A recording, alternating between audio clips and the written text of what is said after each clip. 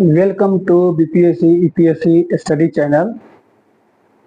इतिहास के बारे में मैं कुछ आप लोगों को बता चुका हूं और मैं समझता हूं कि इतिहास पढ़ते पढ़ते, इतिहास का वीडियो देखते देखते आप लोग कहीं बोरियत न महसूस करने लगे हों।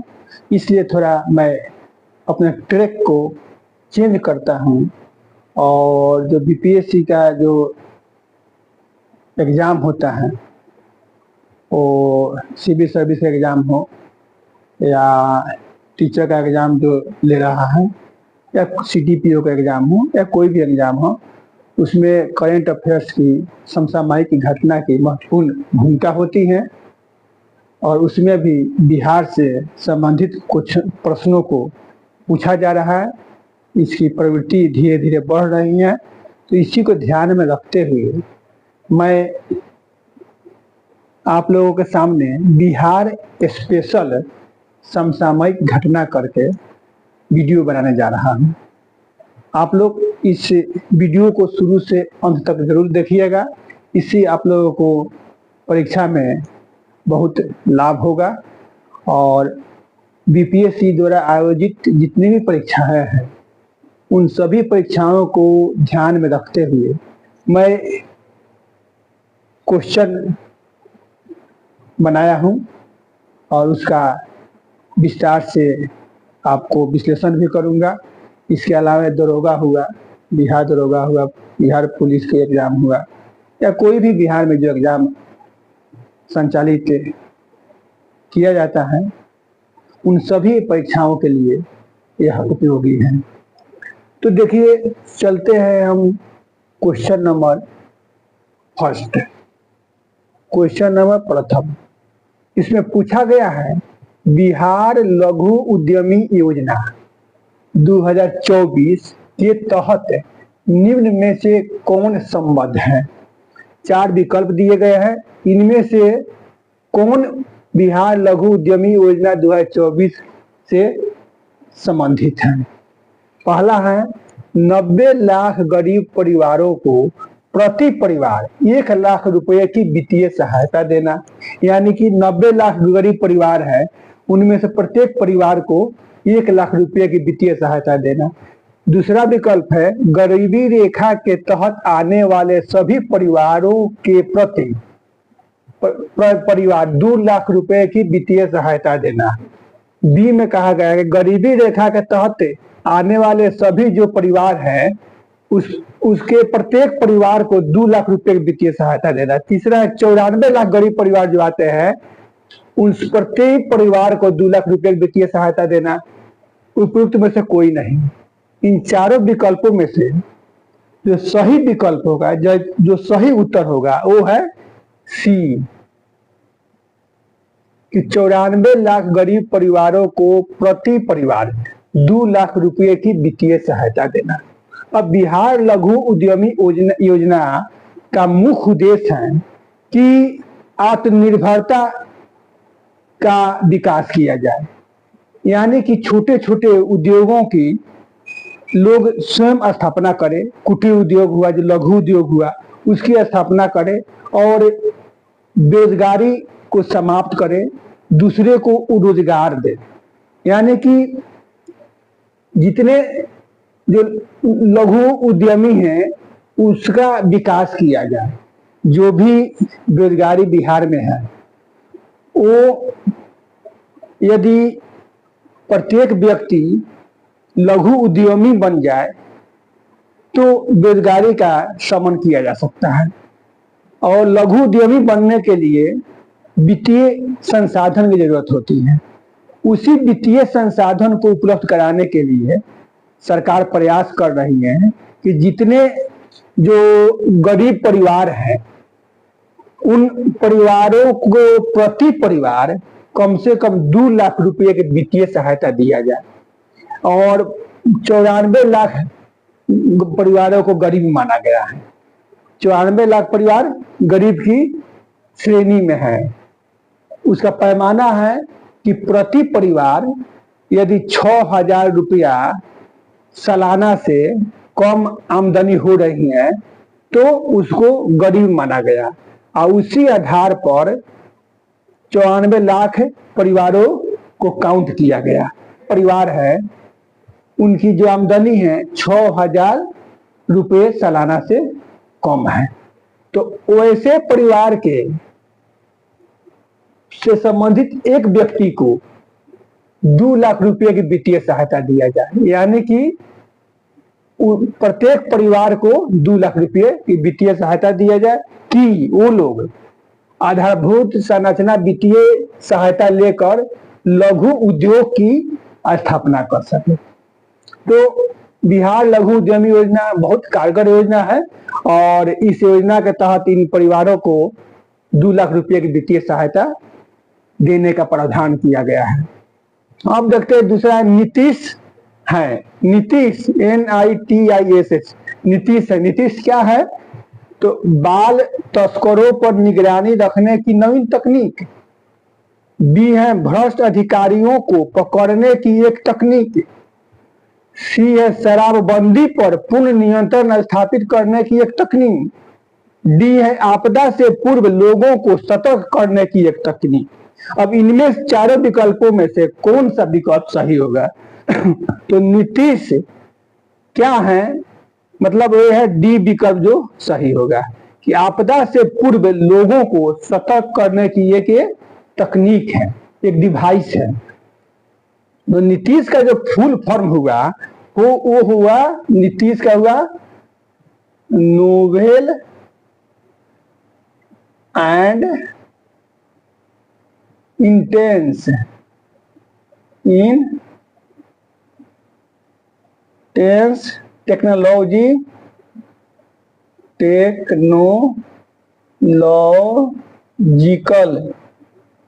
टेक्नोलॉजिकल इंटरवेंशन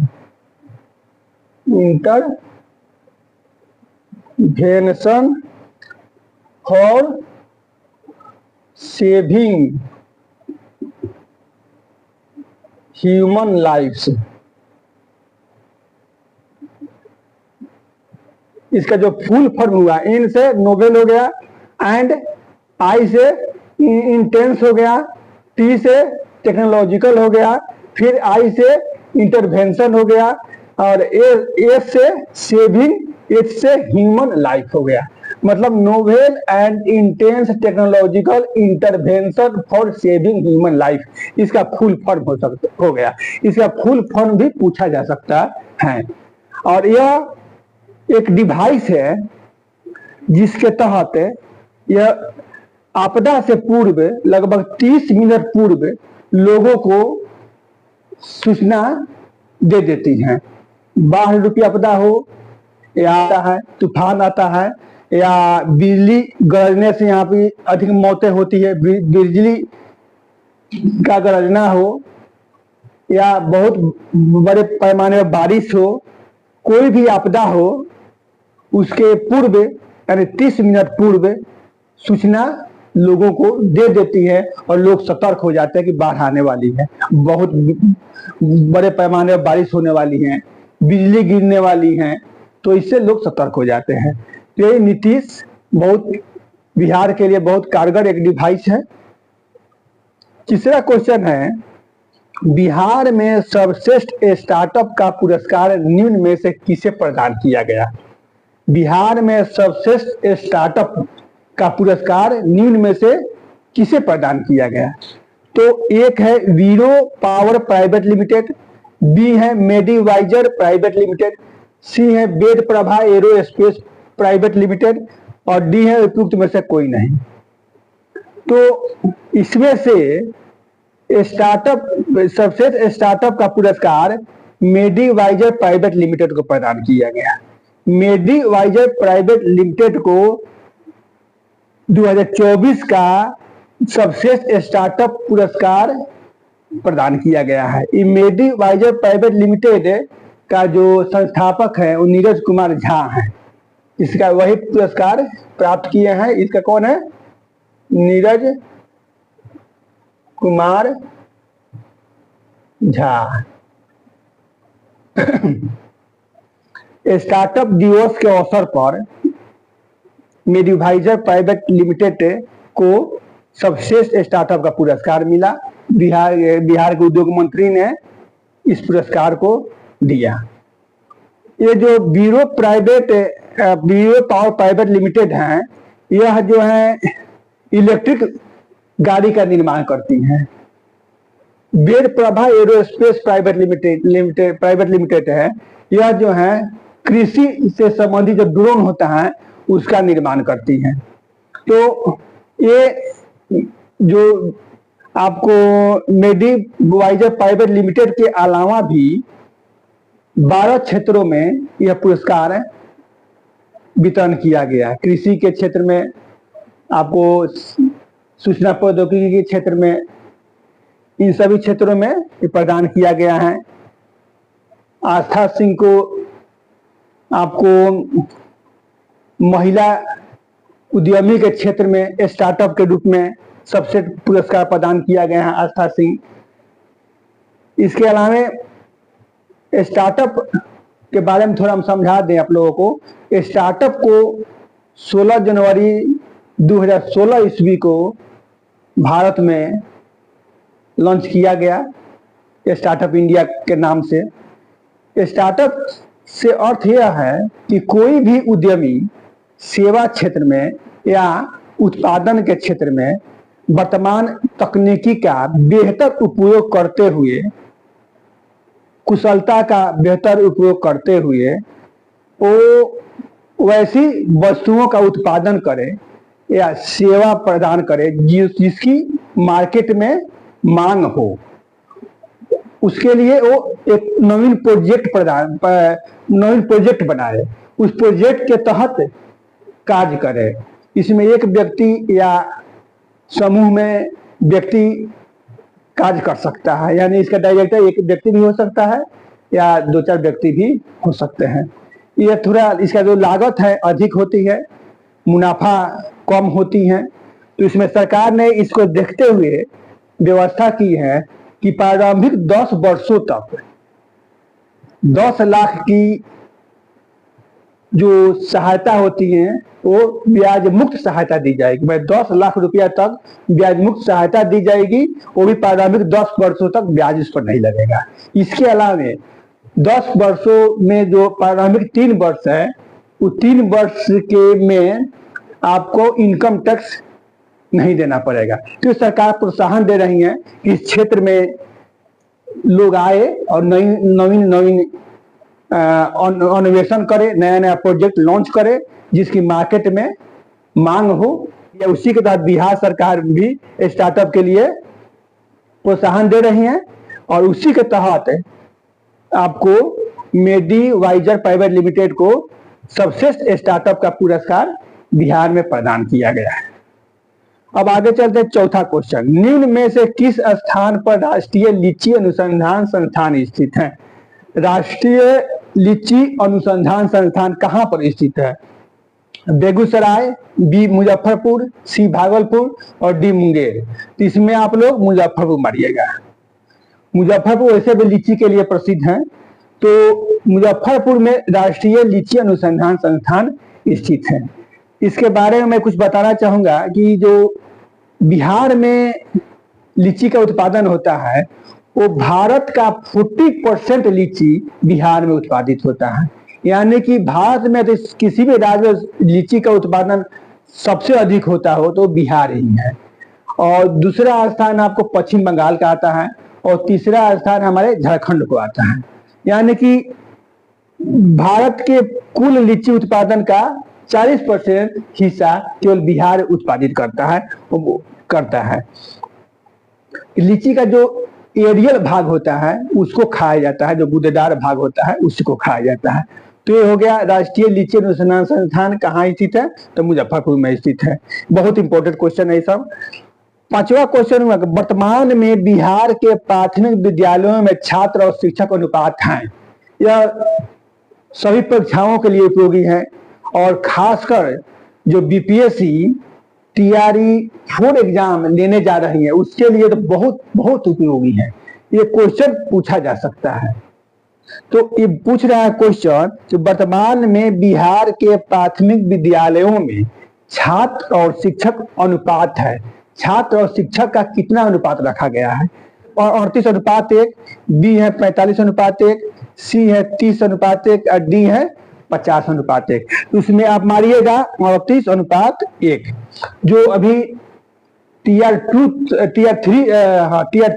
था, जो एग्जाम हुआ, जो बहाली हो चुकी है, उसके अनुसार वर्तमान में 38 प्राथमिक विद्यालय में 38 बच्चे पर एक शिक्षक उपलब्ध है।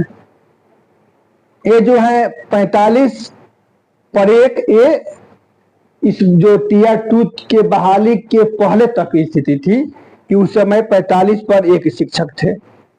वो 30:1 जो है, यह शिक्षा का अधिकार कानून बना, उसके तहत व्यवस्था की गई कि 30:1 पर प्रत्येक प्राथमिक विद्यालय में 30:1 का अनुपात होना चाहिए, यानी कि 30 बच्चे पर एक शिक्षक की उपलब्धता की व्यवस्था की गई। ये जो 50:1 है, तो ये अभी माध्यमिक विद्यालयों की स्थिति है कि वर्तमान में बिहार के माध्यमिक विद्यालयों में 50 छात्र पर एक टीचर उपलब्ध है। लेकिन व्यवस्था क्या की गई है कि 30:1 पर होना चाहिए। इसके बारे में मैं वो बताना चाहूंगा कि जो 86वें मतलब 86 संविधान संशोधन आया। संविधान संशोधन कब आया? 2002 में। 2002 में। तो इसके तहत शिक्षा को मौलिक अधिकार में शामिल किया गया, यानी कि अनुच्छेद 21A में शिक्षा को शामिल कर लिया गया कि 6 से 14 वर्ष तक के बच्चे निःशुल्क और अनिवार्य शिक्षा देना मौलिक अधिकार है। 21A में शामिल कर लिया गया। इसी प्रकार मौलिक कर्तव्य में एक जो 10 कर्तव्य था, उसमें एक और कर्तव्य जोड़ा गया, 11वां कर्तव्य, और मौलिक कर्तव्य के एक में शामिल किया गया 11वें कर्तव्य में, 11वें कर्तव्य में कि प्रत्येक माता और पिता का यह कर्तव्य बनता है कि 6 से 14 वर्ष के बच्चों को शिक्षा उपलब्ध कराएं, गुणवत्तापूर्ण शिक्षा उपलब्ध करवाएं। तो ये जो भाग 3 में है, मौलिक अधिकार कितना भाग में? भाग 3 में, संविधान के भाग 3 में मौलिक अधिकार है। और जो मौलिक कर्तव्य है, ये भाग